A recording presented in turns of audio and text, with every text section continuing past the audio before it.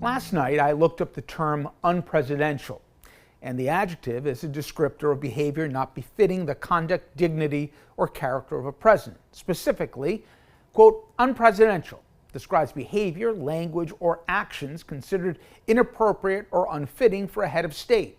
It implies a deviation from the expected norms, decorum, and statesmanship associated with the office of the president. Somehow, that definition doesn't do justice to where we find ourselves today. For the next couple of minutes, I don't want to focus on the self-dealing, the scandals, or the destructive policies.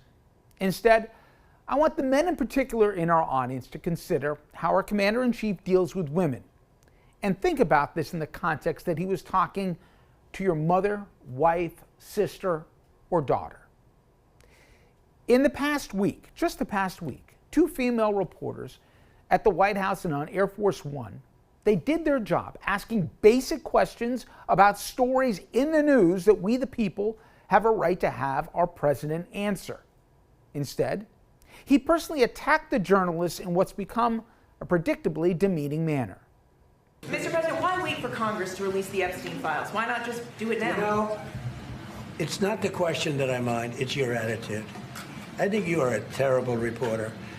It's the way you ask these questions. You start off with a man who's highly respected, asking him a horrible, insubordinate, and just a terrible question. And you could even ask that same exact question nicely. You're all psyched, or somebody psychs you over at ABC, they're going to psych it. You're a terrible person and a terrible reporter. Incriminating in the file,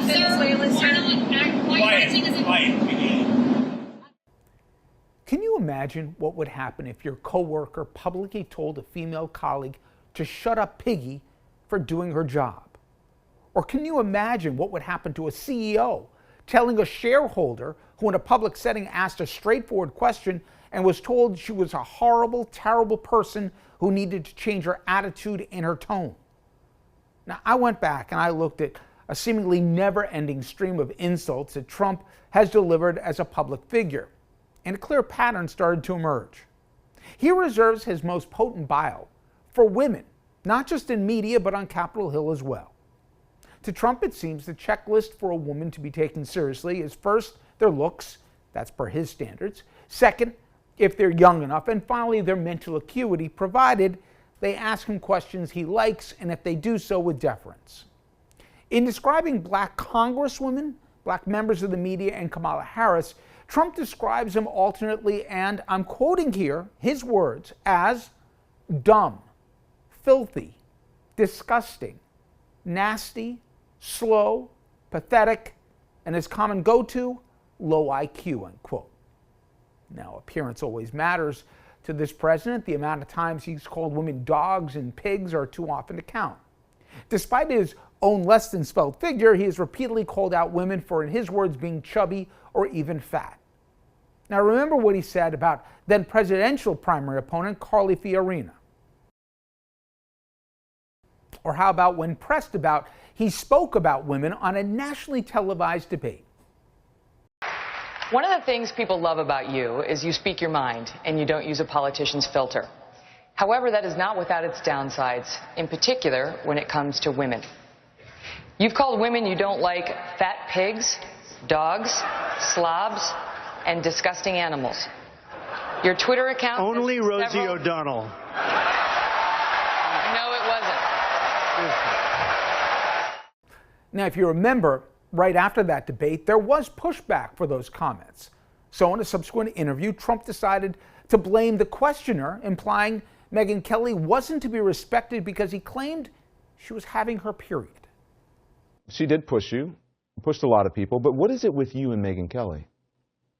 Well, I just don't respect her as a journalist. I have no respect for her. I don't think she's very good. I think she's highly overrated.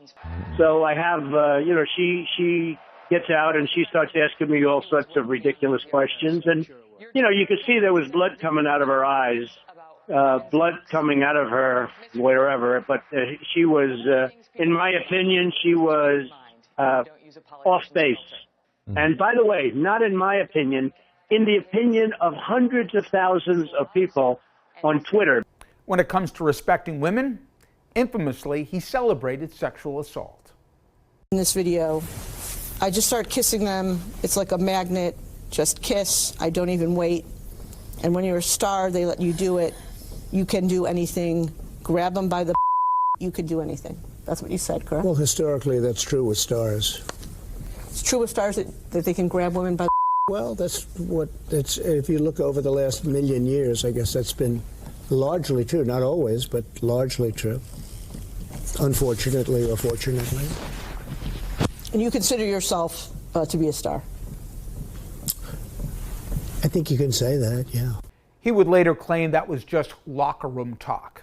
I've been in way more locker rooms than him, and I've never heard anyone so pathetic. But in the height of the reckoning, years later, after he was president, when women came forward in the Me Too movement, Trump told Bob Woodward in his book Fear the following, and again I quote, "You've got to deny, deny, deny, and push back on these women. If you admit to anything and any culpability, then you're dead. You've got to be strong. You've got to be aggressive. You've got to push back hard. You've got to deny anything that's said about you. Never admit," end quote.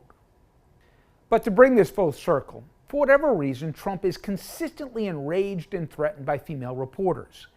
He repeatedly tells female journalists to, quote, "keep your voice down," or "don't be nasty," or "speak nicely," and always watch your tone. That's not their job, and that's not in the area code of being presidential. Listen, I've long given up waiting for the basic decency we've seen from every other presidency, but it's also about the press corps. And how about showing a little backbone and standing up for colleagues, brave enough to ask the tough questions many of you aren't? For these reporters, all they're being met with is misogyny. Now, this past week has been Exhibit A when it comes to behavior not befitting a president, but it was just so much more than that. And none of us, regardless of our politics, should be okay with that.